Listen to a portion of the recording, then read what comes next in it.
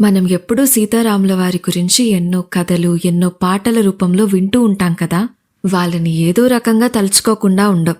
ఇప్పుడు ఒక అమ్మాయి పెళ్ళిడికి వచ్చిందనుకోండి, రాముడు లాంటి చక్కటి భర్త రావాలని దీవిస్తారు. అదే ఎవరైనా కష్టాల్లో ఉంటే సీతారాముల వారిని పూజిస్తారు. ఎందుకంటే ఆ సీతారాములు పడినన్ని కష్టాలు ఎవరూ పడలేదట. మరదేంటి, అన్ని కష్టాలు పడిన సీతారాముల వారిని మన కష్టాలు తీర్చమని అడగడం ఏంటి అంటే, కనీసం వాళ్ళని స్మరిస్తే అయినా ఆ కష్టాలన్నీ ఎదుర్కొనే ధైర్యం వస్తుందని మన పెద్దలలా అంటారు. అందుకే ఏమో వధువు వరుల్ని సీతారాములతో పోలుస్తారు. సీతారాముల కళ్యాణం చూడటానికి ఎవరు ఎదురు చూడరు చెప్పండి.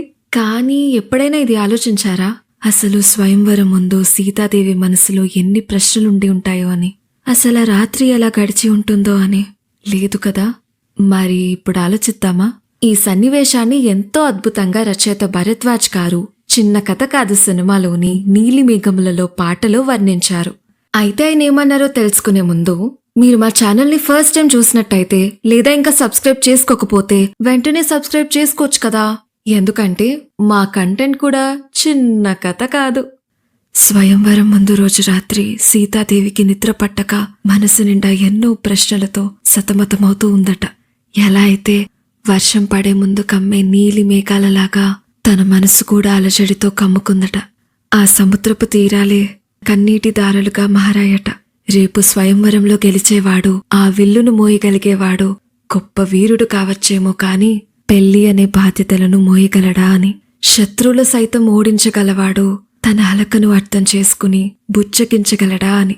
ఒక్క చిటికెతో వందల కొద్ది సైన్యాన్ని నడిపే ఆ ధీరుడు రానున్న ప్రమాదాన్ని కూడా గ్రహించగలవాడు, తన మనసు లోపలి మాటల్ని గ్రహించగలడా అని. ఎంత విచిత్రం! ఆ మేఘం ఎలా అయితే సముద్రం దగ్గర నుండి గ్రహించిన నీటిని లాలించి పెంచి ఒకేసారి వాన చినుకులా నేలపైకి విసురుతుంది. కనీసం దానికి కూడా తెలీదే ఆ వాన చినుకు దారి ఎటువైపుకి అని.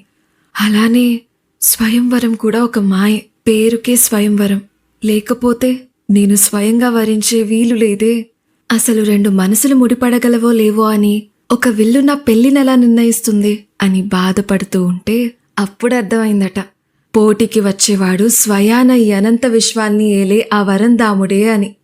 తానే స్వయంగా వచ్చి తన మనసులోని భయాలన్నీ తొలగిస్తాడు అని. యుద్ధభూమిలో ఎంత పెద్ద బాణపు దెబ్బనైనా తట్టుకోగలుగుతాడు కానీ ఈ సీతాదేవి శోకిస్తే మాత్రం తట్టుకోలేడు అని. అప్పుడు ఆ రాముని చూసి సీతాదేవి మేఘాలలో తేలిందట.